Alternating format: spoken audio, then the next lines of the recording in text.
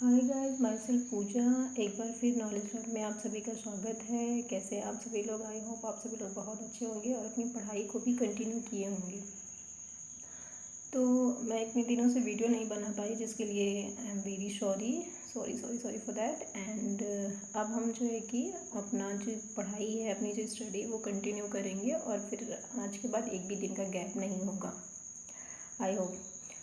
तो जो हम पढ़ाई कर रहे थे वो हमारी लास्ट वीडियो में ये था कि हम व्हाट पढ़ रहे थे कि what is the difference between living and non living beings.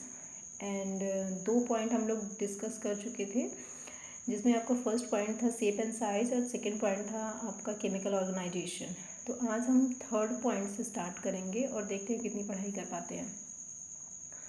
तो हमारा जो थर्ड पॉइंट है वो है सेलुलर ऑर्गेनाइजेशन का, यानी कि कोशिकीय संगठन।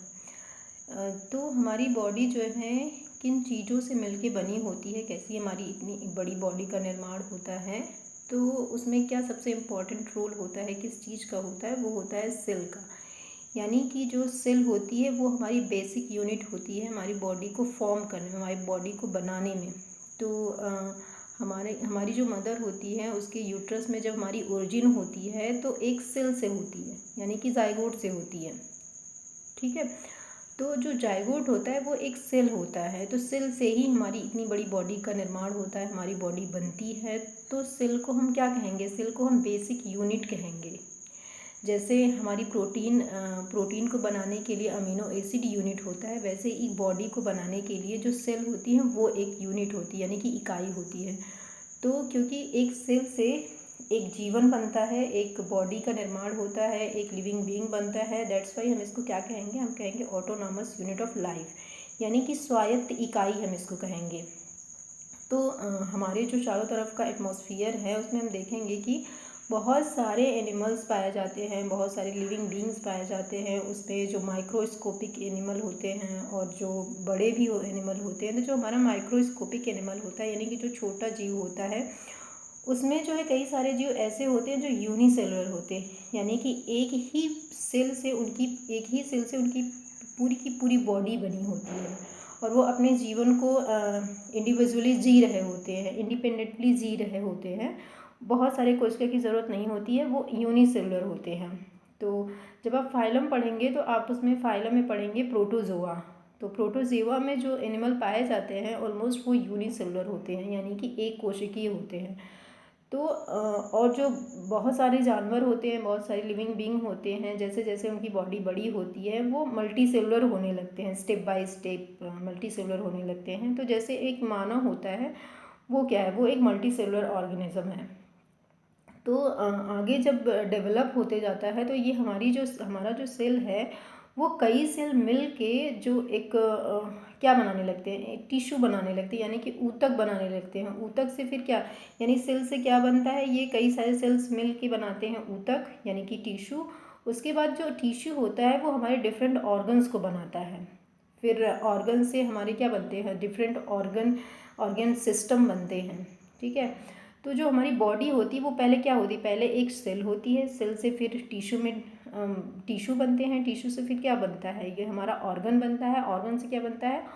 ऑर्गन सिस्टम बनता है। फिर तब जाके एक बॉडी सिस्टम, यानी कि एक बॉडी बन पाता है, ये बॉडी का निर्माण होता है।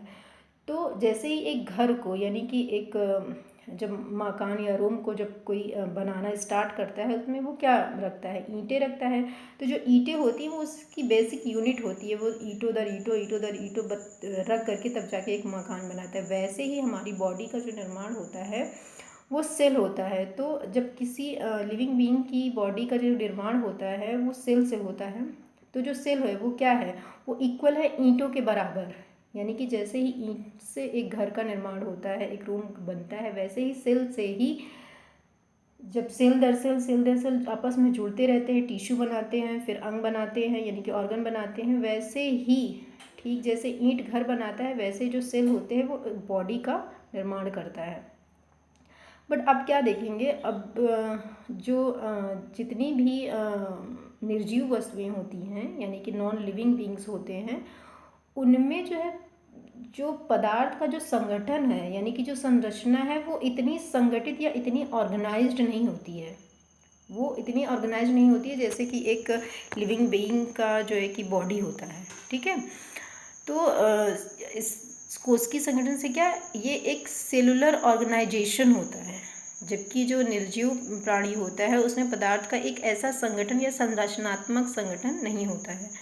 तो जो हमारा फोर्थ पॉइंट होगा वो होगा उपापचय यानी कि मेटाबॉलिज्म। अब हम जानेंगे व्हाट इज मेटाबॉलिज्म। तो हम मेटाबॉलिज्म के बारे में जानते हैं। मेटाबॉलिज्म में जैसे क्या होता है, किसी पत्थर को देखो, किसी पत्थर, इसमें क्या लिखा है, किसी पत्थर को देखो। अब उसको देखने में आप क्या लगेगा, जो उसका केमिकल ऑर्गेनाइजेशन या फिर एटॉमिक ऑर्गेनाइजेशन होता है वो जो स्टार्टिंग में रहेगा वही जो है कि 4 साल बाद भी रहेगा, 5 साल बाद भी रहेगा, 10 साल बाद भी रहेगा, यानी कि युगों युगों के बाद भी उसका जो केमिकल ऑर्गेनाइजेशन होता है या फिर एटॉमिक ऑर्गेनाइजेशन होता है वो सेम होता है। लेकिन जो ह्यूमन बीइंग होता है या फिर जितने लिविंग ऑर्गेनिज्म होते हैं उस पर आप ध्यान देंगे कि वो जो है कि बदलते रहते हैं। उनकी जो उनके अंदर, उनकी बॉडी के अंदर जो जैविक क्रियाएं होती रहती हैं, और इसके लिए आवश्यक जो जैविक क्रियाएं होती है उसके लिए आवश्यक ऊर्जा यानी कि जो एनर्जी उन्हें चाहिए होती है, उनके पदार्थ के संगठन में जो परिवर्तन होता रहता है यानी कि ऊर्जा का रूपांतरण होता रहता है, इन सब की वजह से उनका जो केमिकल ऑर्गेनाइजेशन या फिर जो हम कह सकते हैं कि उनके जो बॉडी में जेनेटिक चेंजेस होते रहते हैं जैविक क्रियाओं के थ्रू, तो उनमें जो है कि वो चेंज होता रहता है यानी कि परिवर्तन होता रहता है। तो जो पदार्थों का आदान प्रदान होता है एटमॉस्फेयर से एक लिविंग बीइंग के लिए, लिविंग बीइंग से उसकी बॉडी में जो है कि दिन ब दिन परिवर्तन होते रहते हैं। तो इसमें क्या है, वो क्या करता है, जैविक क्रियाएं खाता है, श्वसन करता है यानी कि मलमूत्र त्यागता है, बहुत सारी ऐसी क्रियाएं होती हैं जो वो एटमॉस्फेयर के टच में होके करता रहता है। तो जो एटमॉस्फेरिक प्रभाव होते हैं या फिर हम कह सकते हैं कि जो चेंजेस लगातार होते रहते हैं, तो जो बॉडी का ऑर्गेनाइजेशन होता है, जो बॉडी का केमिकल ऑर्गेनाइजेशन होता है, उसमें बहुत सारे परिवर्तन होते रहते हैं। तो आप एक बॉडी को देखेंगे तो जब उसकी ओरिजिन होती है तो उसका जो ऑर्गेनाइजेशन होता है केमिकल वो कुछ और होता है, लेकिन जब 2 साल बाद देखेंगे तो कुछ और हो जाता है, 3 साल बाद देखेंगे तो कुछ और हो जाता है। नॉन लिविंग बीइंग के साथ ऐसा नहीं होता है, उसका जो केमिकल ऑर्गेनाइजेशन होता है वो सेम होता है, बस उसकी जो साइज़ होती है वो बढ़ती है, वो दूसरी चीज़ होती है। जबकि जो लिविंग बीइंग होता है उसकी जो साइज़ बढ़ती है वो एक डेफिनिट शेप में बढ़ती है, और उसका जो केमिकल ऑर्गेनाइजेशन होता है वो भी लगातार बदलता रहता है। तो अनेक ऐसी रासायनिक एवं भौतिक क्रियाएं होती है जिनके द्वारा पदार्थों का निरंतर रूपांतरण होता रहता है। तो देखते हैं, रासायनिक एवं भौतिक क्रियाओं द्वारा ग्रहण किए गए पदार्थों का निरंतर रूपांतरण होता रहता है। क्या होता रहता है? रूपांतरण होता रहता है। इन्हीं प्रक्रियाओं का सामूहिक नाम है उपापचय यानी कि मेटाबॉलिज्म। दैट मीन्स कि जो हमारी बॉडी होती है उसमें जितनी भी जैविक क्रियाएं होती रहती है, उनसे जो पदार्थों का होता है वो बाहरी वातावरण से आदान प्रदान होता रहता है, एक्सचेंज होता रहता है, जिससे उनमें परिवर्तन होता रहता है, रूपांतरण होता रहता है। तो इन्हीं सब चीज़ों को हम क्या कहते हैं? इन्हें कहते हैं उपापचय। इनसे क्या होता है? एक और तो वृद्धि होती है, हमारी बॉडी में जो भी कमियां होती है यानी कि मरम्मत होता है, रिपेयर होता है। वो कैसे होता है? भोजन से प्राप्त पोषक पदार्थों से जीव पदार्थ के जटिल घटकों का संश्लेषण होता है, तथा दूसरी ओर विविध जैविक क्रियाओं के लिए आवश्यक ऊर्जा का उत्पादन होता रहता है। जो भी हम खाते हैं, जो भी हम लेते हैं, उनसे हमें क्या मिलती है? उनसे एनर्जी मिलती है। तो एक तरफ तो हमारी बॉडी का मरम्मत होता है, जो भी बॉडी में कमियां आती रहती हैं, तो दूसरी ओर क्या होता है कि हमारी बॉडी यानी कि जैविक क्रियाओं को करने के लिए हमें ऊर्जा की ज़रूरत होती है, जो हमें कहाँ से मिलता है? हमारे पोषक तत्वों से, जो भी हम खाते पीते रहते हैं। तो अब क्या आपको क्या समझ आया? यानी कि जो उपापचय होता है वो मेनली क्या होता है? वो होता है हमारी भौतिक रासायनिक क्रियाओं यानी प्रक्रियाओं के द्वारा जो पदार्थ का निरंतर आदान प्रदान होता रहता है, रूपांतरण होता है, उसे ही हम कहते हैं उपापचय। जिसमें ये क्या करता है? एक और तो हमारी बॉडी की वृद्धि करता है, और दूसरी ओर वृद्धि और रिपेयर करता है, और दूसरी ओर क्या करता है, ये जो है कि ऊर्जा को प्राप्त करता है, जिससे जो हमारी बॉडी की जैविक क्रियाएं होती हैं वो होती हैं। तो इन पदार्थों का जो दहन होता है, जो जारण होता है, कम्बस्टन होता है या अपघटन होता है, इससे सजीव कोशिकाओं की जो उपमा होती है वो किससे की जाती है, मिनिएचर केमिकल फैक्ट्री यानी कि लघु रासायनिक फैक्ट्री। क्योंकि एक फैक्ट्री में क्या होता है, एक फैक्ट्री में कुछ डाला जाता है, कच्चा पदार्थ होता है, जितने भी बहुत सारे पदार्थ डाला जाता है, फिर उससे एक चीज़ का निर्माण होता है। वैसे ही हमारी बॉडी भी है, हम बॉडी में जो पोषक तत्व होते हैं वो डिफरेंट काइंड्स के हम लेते हैं, फिर उसको क्या होता है, उनका जारण होता है हमारी बॉडी में, फिर उसके बाद उसका अपघटन होता है, कम्बस्टन होता है, तो हमारी बॉडी उससे एनर्जी प्राप्त करती है। तो हमारी फैक्ट्री में क्या बना, हमारी फैक्ट्री में ऊर्जा बनी यानी कि एनर्जी बनी। तो इसलिए हम इसको क्या कहते हैं, केमिकल फैक्ट्री कहते हैं, मिनिएचर केमिकल फैक्ट्री। अब जो हमारा 5th पॉइंट होगा वो क्या होगा, गमन एवं गति यानी कि लोकोमोशन एंड मूवमेंट। तो फर्स्ट ऑफ ऑल हम आपको ये बता देते हैं कि जो लोकोमोशन होता है और जो मूवमेंट होता है ये दो डिफरेंट चीज़ें होती हैं, यानी कि अलग अलग चीज़ें। आप लोकोमोशन और मूवमेंट को एक तरीके से डिफाइन नहीं कर सकते हैं। जो लोकोमोशन होता है उसमें क्या होता है कि जो हमारी बॉडी होती है वो one place to another place move करती है, यानी कि जाती है। तो और जो मूवमेंट होता है उसमें जो बॉडी एक ही जगह पे रहती है, उसमें कुछ हिलना डुलना या फिर हम कह सकते हैं उसमें मूवमेंट होता है। जब भी कोई चीज़ पड़ा हुआ होता है कोई जगह पे एकदम से स्टेबल, तो हम कहते हैं उसमें कोई मूवमेंट नहीं हो रहा है। जैसे कि एक डॉग होता है, आप देखे होंगे, वो सोता रहता है, तो हम कैसे जान पाते हैं उसकी बॉडी में कोई मूवमेंट नहीं होता है, कुछ हिलना डुलना नहीं होता, हम कहते हैं वो सो गया है। और जो काफ़ी देर तक होता है तो हमें ये होता है कि कहीं वो मर तो नहीं गया है, क्योंकि उसकी बॉडी में कोई मूवमेंट नहीं हो रहा होता है। तो जो मूवमेंट होता है वो एक स्टेबल थिंग्स में होता है, स्टेबल चीज़ में होता है, यानी कि वो एक ही जगह प्लेस्ड होती है, उसमें एक जगह से दूसरी जगह जाना नहीं होता है। लेकिन जो लोकोमोशन होता है उसमें जो पूरी बॉडी होती है वो एक जगह से दूसरी जगह को अपना स्थान बदलती है, यानी कि चेंज करती है। तो आपको समझ आ गया होगा कि लोकोमोशन और मूवमेंट में क्या डिफरेंस होता है। तो जो भी हमारी बॉडी में हम पोषक तत्व लेते हैं, उपापचय के अंतर्गत हमारी बॉडी में जो भी मतलब ऊर्जा बनती है, जैसे हमारी बॉडी की पहले सुरक्षा होती है, हमारा भोजन जो है क्या करता है, हमें एनर्जी देता है। तो हम अपनी बॉडी के जो डिफरेंट ऑर्गन होते हैं, कई हमारे ऑर्गन कई ऐसे होते हैं जिनको हम मूव करा सकते हैं, जैसे हमारे हाथ होते हैं, पैर होते हैं, इसको हम मूव कराते हैं, काम करते हैं अपने जो रोज़मर्रा की ज़िंदगी में, उसमें हम क्या करते हैं, अपनी बॉडी में मूवमेंट लाते हैं, तभी तो काम होता है। तो जो एक जगह बैठकर हमने हाथ पैर हिलाते हैं, अपनी आँखों को हिलाते हैं, अपनी भौं को ऊपर नीचे करते हैं, तो ये क्या है, ये है मूवमेंट। लेकिन जब हम अपनी बॉडी को one place to another place ले जाते हैं, यानी कि जब हम कॉलेज से घर आते हैं, घर से कॉलेज जाते हैं या फिर मार्केट जाते हैं, दैट इज़ द लोकोमोशन। यानी कि तब हम जो है कि लोकोमोट करते हैं, यानी कि एक प्लेस से दूसरी प्लेस पे जाते हैं। तो इस सब को करने के लिए हमें जो ऊर्जा मिलती है वो कहाँ से मिलती है, हमारे पोषक तत्वों से मिलती है। अब जो लिविंग बीइंग होता है उसमें जो है कि लोकोमोशन एंड मूवमेंट होता है, बट जो नॉन लिविंग बीइंग होता है वो जो है कि उसमें जो है कि ना तो लोकोमोशन होता है और ना ही उसमें मूवमेंट होता है। तो आप कहेंगे कि जो है कि जो प्लांट होता है उसमें तो लोकोमोशन नहीं होता, yes, that is the exception.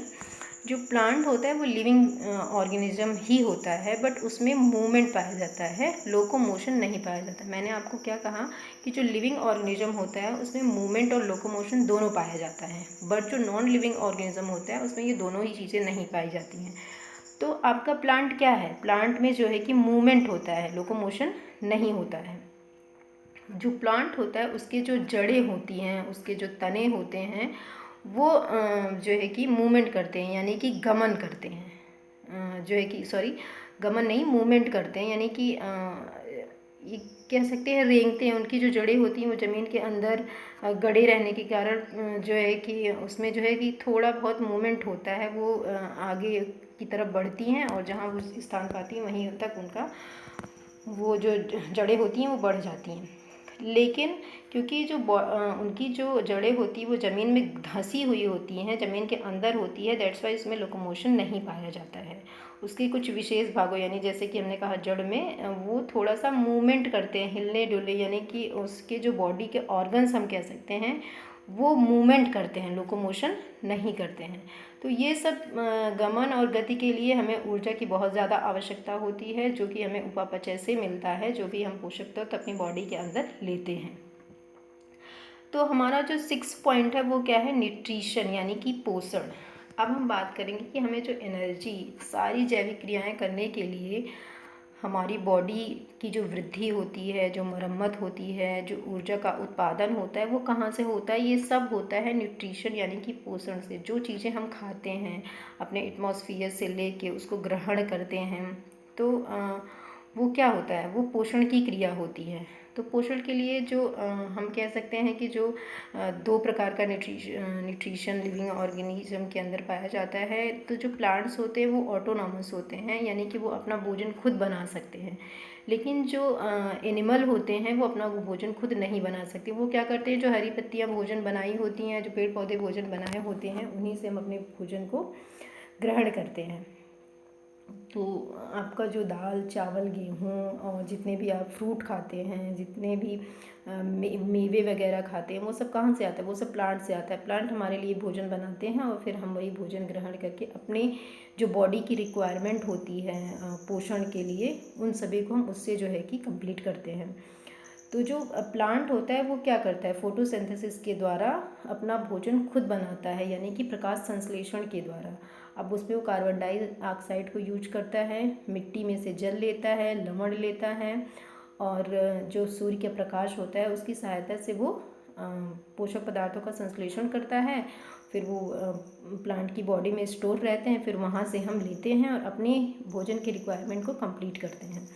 तो जो पोषण यानी कि न्यूट्रिशन होता है उसमें कई पॉइंट्स आते हैं हमारे लिए, एक एनिमल के लिए। तो हम क्या करते हैं कि जो पहला पॉइंट हमारा होता है, पहला स्टेप क्या होता है अपने पोषण को कंप्लीट करने के लिए, वो होता है भोजन ग्रहण करना यानी कि फूड इंगेशन। सेकंड होता है आपका पाचन, यानी कि पाचन, आप देख रहे हैं पाचन। एंड फर्स्ट है आपका भोजन ग्रहण करना। एंड थर्ड है आपका पचे हुए पदार्थों का अवशोषण यानी कि एब्जॉर्प्शन करना। जो हमारी बॉडी होती है, हम क्या करते हैं, भोजन को खाते हैं, हमारे इंटेस्टीन में जाती है, वो उसका डाइजेशन होता है, फिर उसका एब्जॉर्प्शन होता है। एब्जॉर्प्शन कैसे होता है, वो हमारे ब्लड में जो है कि एब्जॉर्ब हो जाता है, फिर उस एसिमिलेशन होता है यानी कि स्वांगीकरण, पचे हुए पदार्थों का अवशोषण होता है। जो हमारे जो हम क्या कहते हैं, जो कॉम्प्लेक्स मटेरियल हम लोग लेते हैं, फिर वो हमारी बॉडी के इंटेस्टीन में जाता है, वो पचता है यानी कि उसका डाइजेशन होता है। डाइजेशन होने के बाद हम ये जो हमारे बॉडी के ऑर्गन होते हैं यानी में इंटेस्टीन होती है, वो अब्जॉर्व करती है। एब्जॉर्व करने के बाद इसका एसिमिलेशन होता है। फिर उसके बाद क्या करता है, अपाच्य पदार्थों का बहिष्करण यानी कि मल त्याग होता है। एसिमिलेशन मतलब कि जो हमारे पोषक तत्व हैं हमारे ब्लड में जाते हैं और ब्लड से हमारे बॉडी के डिफरेंट ऑर्गन में ये पहुंचते हैं, तब जाके हमें ऊर्जा मिल पाती है।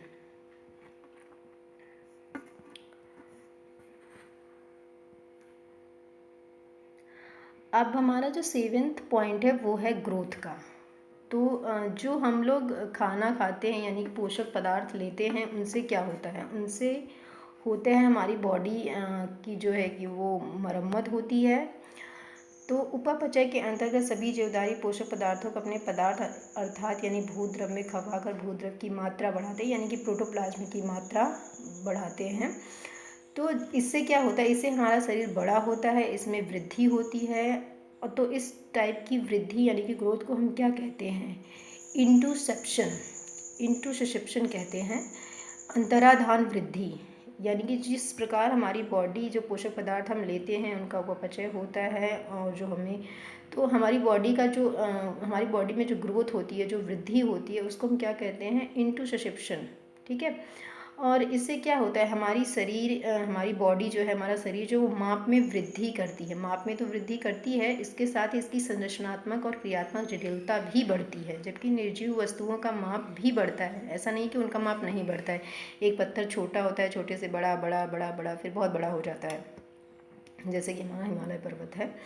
तो लेकिन जो इनकी जो वृद्धि होती है वो अन्य प्रकार की वृद्धि होती है, वो किसी दूसरे तरीके से इनकी वृद्धि होती है। इनका जो केमिकल ऑर्गेनाइजेशन है वो केवल बढ़ता रहता है। लेकिन जो लिविंग ऑर्गेनिज्म होता है, लिविंग ऑर्गेनाइज्म में ऐसा नहीं होता है। इनके जो पदार्थ होते हैं, मैंने आपको पहले ही बताया कि उनको जो है कि रूपांतरण होता है टाइम टू टाइम। लेकिन जो नॉन लिविंग ऑर्गेनिज्म होता है, उसका जो केमिकल ऑर्गेनाइजेशन होता है उसी में केवल वृद्धि है। जैसे फॉर एग्जांपल हम क्या लेते हैं कि एक पानी, नमक का घोल लेते हैं, वो काफ़ी कंसनट्रेटेड होता है, फिर भी हम उसमें और अगर नमक डालते हैं तो जो वो क्या होता है कि वो एक डली के रूप में, एक जो कहते हैं नमक का एक जो टुकड़ा होता है उसके रूप में वो फॉर्म हो जाता है। यानी कि उसके ऊपर जो है कि नमक जो है कि जमने लगता है, वो जो डली होती है वो काफ़ी बड़ी हो जाती है। तो इस प्रकार की जो वृद्धि होती है वो ग्रोथ बाय एक्रिएशन कहलाती है। ग्रोथ यानी कि अभिवृद्धि हम इसको कहते हैं। तो जो हमारी बॉडी में जो वृद्धि होती है वो माप में वृद्धि होती है, लेकिन उसकी संरचनात्मक और क्रियात्मक जटिलता भी बढ़ती है। लेकिन जो नॉन लिविंग ऑर्गेनिज्म होता है उसकी जो वृद्धि होती है उसमें केवल अभिवृद्धि होती है, यानी कि उसके जो पदार्थ होते हैं जिससे वो बना होता है वो केवल बढ़ते चले जाते हैं। ठीक है,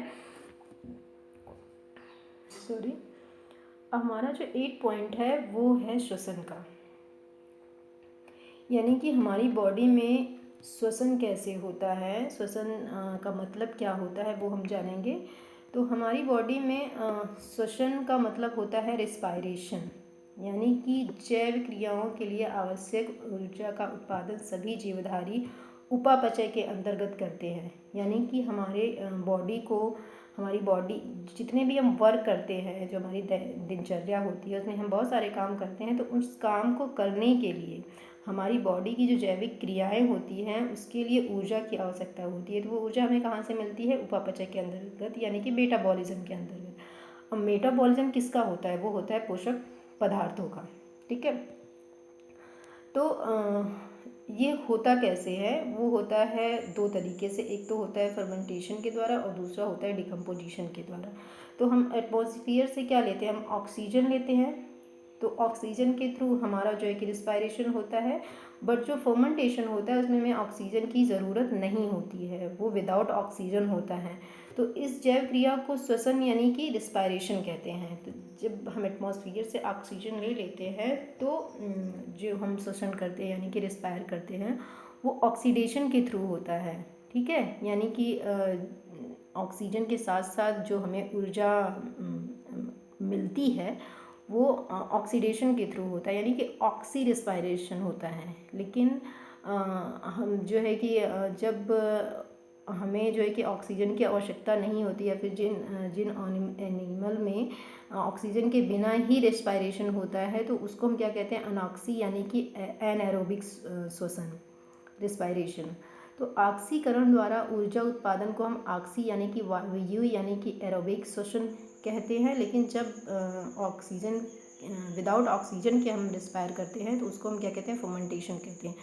दोनों में ही जो है कि ग्लूकोज का निर्माण होता है, और जो है कि जो ग्लूकोज होता है ये फिर हमारे जैविक क्रियाओं को करने के लिए हमें ऊर्जा देता है। ठीक है, तो श्वसन में क्या होता है, हम श्वसन 2 तरीके का हम कह सकते हैं होता है। एक होता है एरोबिक और दूसरा होता है एनएरोबिक। एनएरोबिक में ऑक्सीजन की ज़रूरत नहीं होती है, जबकि एरोबिक में ऑक्सीजन की ज़रूरत होती है। विदाउट ऑक्सीजन के हम एरोबिक श्वसन नहीं कर सकते हैं। आपका जो नेक्स्ट पॉइंट है वो है 9th point, that is excretion. मैंने आपको अभी बताया था कि जो हम पोषक पदार्थ लेते हैं उसको पहले हम अपने अंदर लेते हैं, यानी कि इंगेशन उसका करते हैं। फिर वहाँ पे हमारी बॉडी के इंटेस्टाइन में जाके उसका जो है कि डाइजेशन होता है। डाइजेशन होने के बाद फिर क्या होता है, डाइजेशन होने के बाद फिर ये हमारे ब्लड में यानी कि बॉडी के जो ऑर्गन होते हैं उसमें अब्जॉर्ब होता है। अब्जॉर्ब होने के बाद एसिमिलेशन होता है, यानी कि ये हमारे ब्लड में जाता है। ब्लड में से फिर ये हमारी बॉडी के डिफरेंट पार्ट्स को पहुंचाया जाता है। तो जो हमारे जो पोषक पदार्थ होते हैं, जब उनका डाइजेशन होता है तो डाइजेशन के बाद ऐसा नहीं है कि जितना पोषक पदार्थ हम लेते हैं उन सभी का पूरी तरीके से जारण हो जाता है। तो जारण होने के बाद जो एक्सक्रीटा बचता है उसका हम उत्सर्जन करते हैं, यानी कि एक्सक्रीशन करते हैं, जैसे हमारी मलमूत्र का त्यागना, ठीक है, दैट इज़। और जो हमारा जो ठोस पदार्थ होता है वो एक्सक्रीटा के रूप में मल त्याग हम लोग करते हैं। तो आप कैसे समझ पाएंगे कि एक्सक्रीशन में क्या होता है, यानी कि जो पोषक पदार्थ हम लेते हैं डाइजेशन के बाद जो बचता है मटेरियल, उसको हम एक्सक्रीटा कहते हैं, जिसको हम बाहर अपनी बॉडी के बाहर उत्सर्जन की विधि के द्वारा हम निकालते रहते हैं, जो हम कह सकते हैं जो हमारी बॉडी के लिए अनावश्यक होता है, यानी कि हानिकारक होता है। तो इस तरह आपका जो 9th पॉइंट होता है वो कंप्लीट होता है। जो 10th पॉइंट है वो है आपका प्रतिक्रियाशीलता, यानी कि अनुकूलन एवं समय स्थिरता, यानी कि रिस्पॉन्सिवनेस, एडेप्टेबिलिटी एंड होम्योस्टेसिस।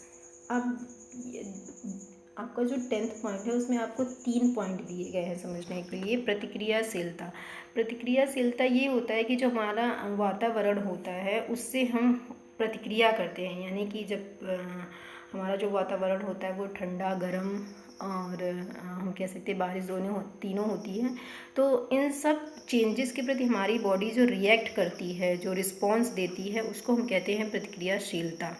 तो जो हमारा एटमॉस्फेयर है उसमें ये परिवर्तन होते रहते हैं, उसी के अकॉर्डिंग हमारी बॉडी जो है वो रिएक्ट करती है। तो इसके द्वारा हमारी बॉडी में परिवर्तन भी होते हैं, जो कि संरचनात्मक भी होते हैं और क्रियात्मक होते हैं। तो उससे जो संरचनात्मक और क्रियात्मक जो परिवर्तन होते रहते हैं उसी के द्वारा हम अपनी बॉडी को इक्विलिब्रियम कंडीशन में ले आते हैं।